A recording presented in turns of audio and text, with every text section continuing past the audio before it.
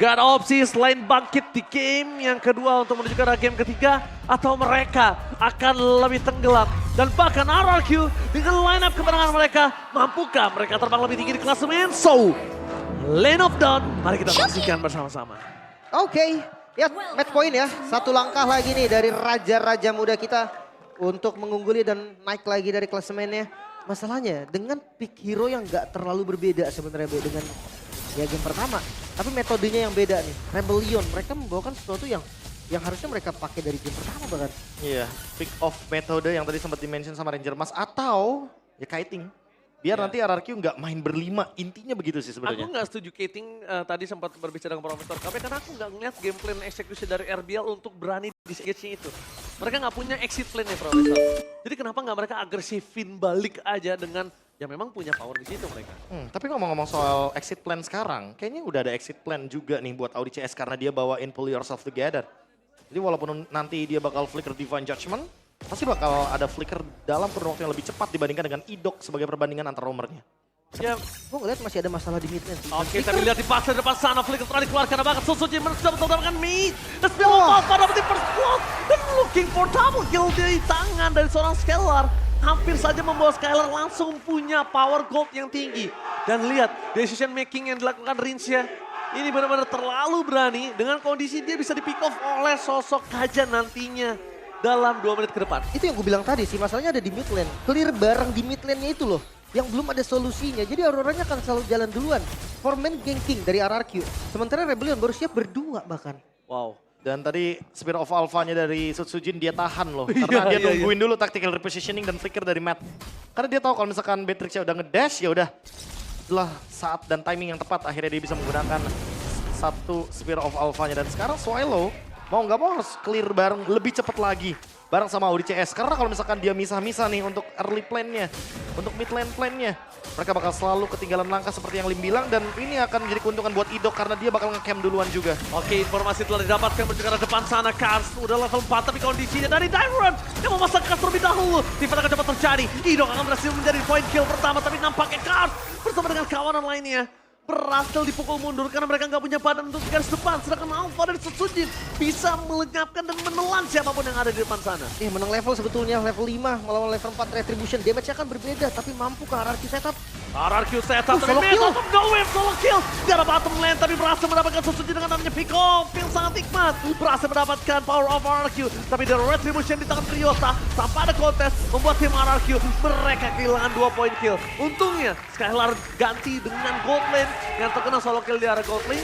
Karena kalau itu enggak, mungkin kerugian sangat mahal di tangan RRQ. Ya, ini keuntungannya banyak banget sebenarnya buat Rebellion tadi ya. Gara-gara team fight-nya dapetin Turtle, terus dapetin Sutsujin juga. Tapi untungnya ada solo kill tadi yang terjadi. Matt harus lebih safe dulu mainnya. Karena dia nggak punya temen untuk bisa ngebuka mapnya. Dan yang terpenting adalah belum ada combo bareng sama Audi CS. Yang bisa dijalankan dengan adanya satu gebrakan dengan Gila, dipaksa dengan flicker, menuju ke Susu juga ada Spiral tapi Rinja! Save the Deacon, no! Nampaknya mereka tetap harus kehilangan sosok dari sang Susuji, tapi Ryota punya jalan untuk pulang. Tidak ada, nampaknya cooldown masih ada di depan mata dan Audi akan coba menutup karena Tyrant. Mantan kawan dari tim yang lama, harus ditenggelamkan tapi di arah gold lane, sorry to say. Mereka sama sekali gak punya power. Mereka nggak bisa mempertahankan turret, bahkan dipecahkan dengan instan di bawah menit yang keempat. Ya, tapi inilah agresivitas yang memang jadi power Rebellion loh. Menurut gue tuh hilang banget tadi di game pertama. Recovernya cepet banget dan sekarang kayak flicker agresifnya Kars. Belum lagi dengan Audi yang berani maju ke depan. Itu kayak memang tipikal yang harus dibawa Rebellion. Lagi-lagi ya Rebellion kali ini mungkin bisa dibilang telat panas, yes aku setuju. Karena emang ini gameplay mereka, ini karakter mereka, tapi Idok yang selalu ngedeny untuk gold lane-nya bisa growing. Dan bahkan ketinggalan banyak banget keuntungan. Skylar bahkan sekarang udah mendapatkan 2 kill. Harusnya akan makin lebih mudah lagi untuk mendapatkan gold lead-nya. Karena kalau misalkan kita lihat secara perbandingan loh, 4.100 melawan 2.600. Ini Matt bener-bener harus farming dengan cepat kalau bisa, bahkan ambil semua platingan goldnya kalau bisa. Tapi lihat di depan sana, Susuji dia nggak peduli apapun terjadi. Kars akan coba dimakan, ditelan bulat-bulat. Damage tadi, damage yang diberikan terlalu sakit. Walaupun damage yang diberikan kali ini memang agak cukup lama. Tapi buying time yang ada di arah bottom lane itu akan coba ditugaskan oleh sosok dari Idok ataupun Rinsya. Dan informasi yang diberikan, kayaknya mereka melepaskan Turtle yang kedua. Mereka nggak mau ngambil resiko juga ya ketika memang setup dilakukan di top lane, mirroring tadi yang diharapkan bisa terjadi. Sayangnya ya point kill aja nih yang bisa menjadi keuntungannya. Turret mungkin bisa juga nih jadi bonus karena Darren udah mulai ngepoke. Tapi yang nggak ada korban Ya. jadinya. Oke. Wah nice, buka visionnya bagus banget sih. Vision yang sangat bagus dibuka. Pertama, satu. Kedua juga setter ya, info ya. Nggak langsung pecah ya, nggak rubuh ya. Cuma dia ngamanin pasifnya. Aman sih jatuhnya jadi tuker turret dong. Iya, ya, makanya kan tetap aja. Oh, mereka berhasil mendapatkan Audi. Mencoba bertukar Audi di depan sana. Dan tidak ada jalan untuk memaksa masuk. Dan dia mencapai menuju ke arah Idok. Informasi didapatkan. Skylar bisa masuk. Skylar bisa memberikan informasi. Damage yang sangat besar. Tapi sayangnya Suzuki tertahan oleh Swilo. Ketika Suzuki tertahan oleh seorang Swilo, ini yang sangat berat adalah untuk masuk ke dalam. Cielo gak ada lagi jalan untuk pulang. Mereka harus relakan damage. Satu deal damage mereka hilang. Dan kemungkinan besar mid lane menjadi target utama. Masih loh di cara retreatnya Be. Cara keluarnya dari Rebellion itu kayak selalu kena pick off. Oke, ini mereka nggak tinggal diam loh. Mereka mau maksa lagi loh. Dan kemungkinan chance mereka menuju ke arah purple buff, itu kalau mereka paksa Ararki yang rugi. Iya, mereka nggak boleh overextend Nggak gitu boleh. sekarang. Karena mau nggak mau kayak biarkan Sotsuji dan Skylarnya lebih growing lagi. Menurut dari segi goldnya.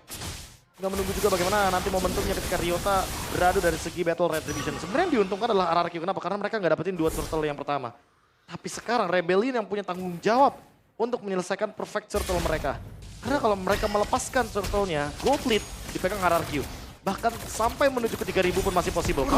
Udah keras, memaksa balik ke arah belakang ke arah Skylar. Tapi damage-nya terlalu besar di depan sana. Skylar harus coba mundur ke arah belakang. Informasi yang diberikan dari para pasukan dari tim RRQ. Skylar selamat tapi nampaknya Darren tidak. Card still survive dari top lead. Terlalu perkasa, Different Judgment. Kali ini menuju ke arah seorang Idok. Lihat pick off yang sangat berhasil. Tapi di balik sana, mereka mencoba untuk menukar dengan Ryota. Tapi Ryota tidak bisa di pick off dengan instan. Karena Sutsujin, dia hybrid, Profesor. Iya, semua Jadi, spell yes. keluar. Dan ini membuktikan kalau memang dari Rebellion mereka masih siap untuk main pick off, mereka siap untuk main team fight. Berapa skill yang udah ke bait tadi nggak jadi masalah juga, damage yang cukup tadi, apalagi bait yang bagus banget dari Kars. Itu bisa mancing RRQ-nya out position. Gila sih Kars, dia bisa nyelamatin banyak banget kawanannya daripada soft skill dan juga team fight. Dia bahkan paksa Skylar untuk mundur, gak ada Skylar mereka kekurangan, ada perfect turtle di tangan dari tim Rebellion yang menandakan gold makin membantu Matt untuk bisa bangkit dari kekalahan dia di lane. Ya, setidaknya ya.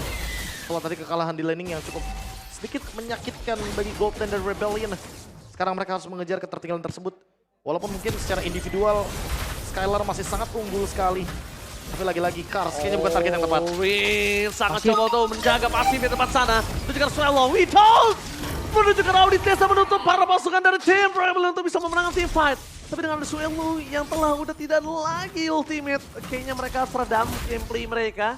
Mereka manfaatin gimana power dari Beatrix untuk clear dengan sangat cepat. Karena kalau tidak, wah ini berat banget kalau mereka paksa. Ya dan itu bagus banget sih, kayak nggak pakai spell juga dari Audinya kan. Dia pakai Yes. defense adjustment-nya aja tadi mungkin untuk didapetin point kill. Jadi kayak trade-nya juga bagus, RRQ langsung makan bagian belakangnya. Tapi untuk gold yang diunggulin sebenarnya sama Rebellion nggak terlalu jauh lah. Anggap goldnya sama. Di mid game kayak gini mereka punya power loh sebenarnya. Mereka punya power untuk melakukan pick off. Dan itu kayaknya bakal jadi cukup karena Audi sekarang udah ready dengan flicker yang dia miliki. Selama flickernya wise untuk digunakan dan itu bakal jadi target yang bagus, ini bakal worth it. Oh tapi dia memaksa dengan ke arah depannya Trophy yang terbuka. Buat Ido kali ini, walaupun Terror Wave jadi nggak terlalu mahal juga. Karena nggak pakai flicker, dia nggak gambling di depan sana. Dia nggak gacha. Yang akhirnya ya mungkin kita lihat Kars juga nggak terlalu keluar banyak di sini. Jadi sama-sama nggak ada yang rugi nampaknya. Holy Crystal dari Skylar ini menjadi item ketiga, item yang cukup sebenarnya. Ketika nanti memang permainan dari RRQ akan menuju kepada front to back. Sehingga siapapun yang tertangkap dengan Spear of Alpha harusnya bakal bisa di follow up dengan cepat juga. Karena kalau kita ngomongin Idok, inisiasinya nggak instan. Dia masih butuh Diren dan juga Sutsujin di depannya. Oke. Mau nggak mau harus ada satu vision yang dibuka agar Idok bisa mendapatkan inisiasi yang lebih bagus lagi. Tapi Prof, ini kita lihat ngomongin ke arah 45 cuma ada Swallow di depan sana. Kars, Audi, kalau ketangkap ini, dua frontline ini, dengan Skylar kondisi saat ini punya Holy Crystal, Iya. mungkin bisa di all in sih Prof. Udah pasti nggak sih? Iya. Siapapun ya yang miss Rontok openernya. gak sih? Tapi lihat penalti zone menuju ke belakang. Skylar berhasil cabut dari hantaman seorang Kars. Dan langsung hilang begitu saja. Spray down. Tembakan peringatan berhasil membuat para pasukan dari tim RRQ. Mereka kehilangan menuju ke arah world mereka. Dan nafas panjang dan kematian Kars tidak sia-sia, Lim. Makanya nih dia keputusan yang cukup buru-buru dari RRQ, tapi mereka mau dobrak mid-nya. The best pick bisa dapat juga sih ini. Dapat, apalagi kita lihat ini ada Nathan. Wah itu udah bukan hanya tackle Bukan. dari Audi CS. Berhasil menangkar belakang, Indo mencoba diselamatkan dengan Spiro Baba, tapi Matt menjadi tujuan utama. Damage dari Sosoji terlalu besar, yang akhirnya membuat Ryota tumbang. Lordnya jadi giveaway.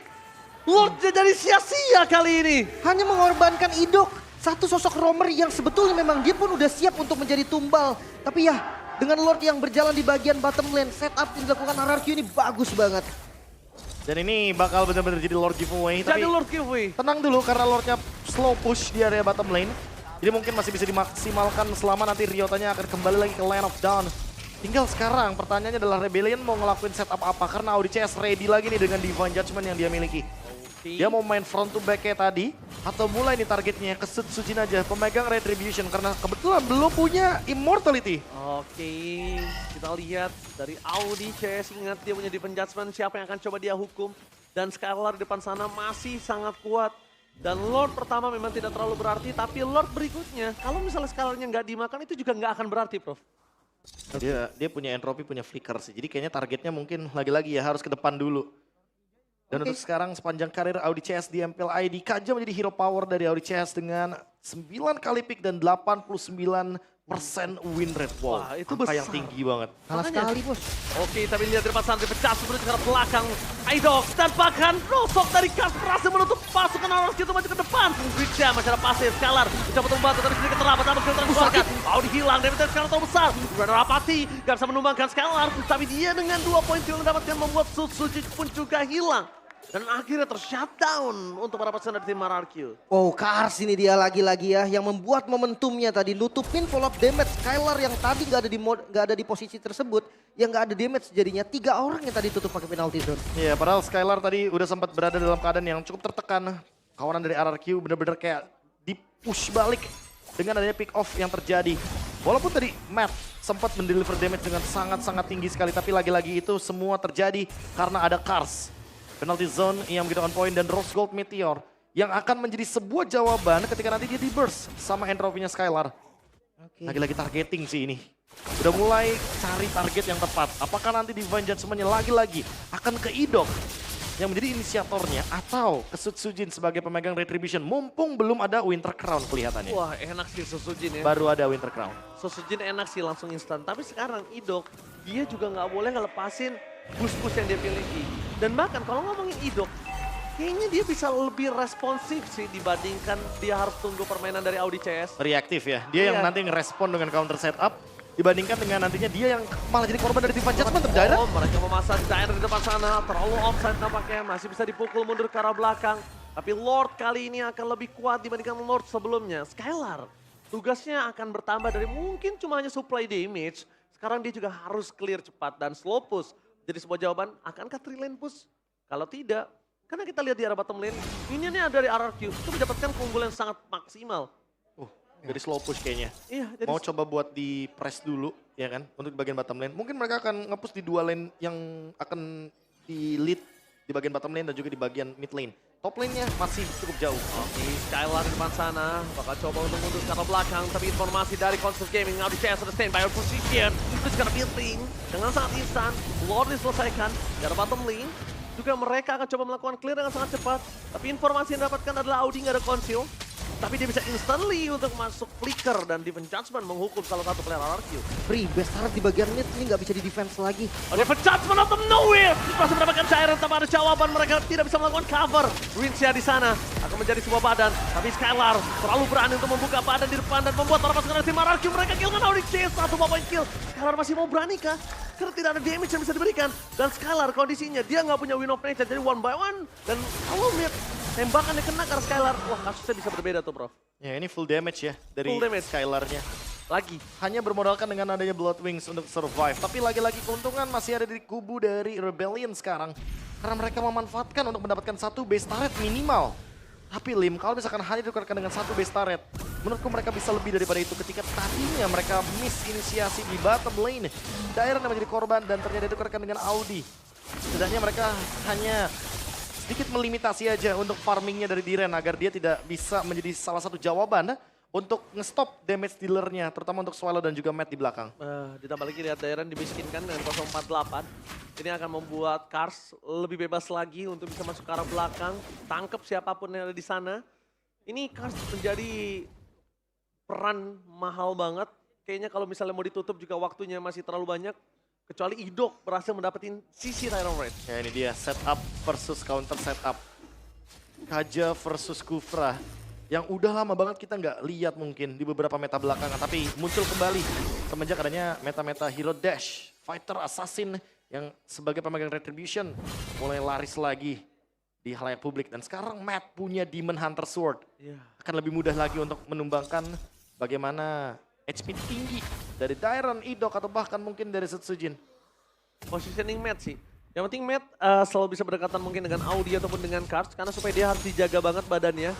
Kedua, kondisinya kali ini dari Swallow, kenapa dia berani nge-poke? Kalau depan sana pun dimakan, di all in, itu nggak bakal worth it dengan adanya Purify dan juga skill jurus bertahan hidupnya dia gitu loh. Terlalu banyak untuk dia bisa bertahan hidup nih. Selama masih tuker sih gua rasa nggak bakal worth it sih. Tapi wah Idok. Oh, dapetin Kars di depan sana, damage terlalu besar, tapi nampaknya Kars masih bisa selamat. Terlalu banyak source skill yang telah dikeluarkan membuat para pasukan dari tim RRQ mereka kehilangan power.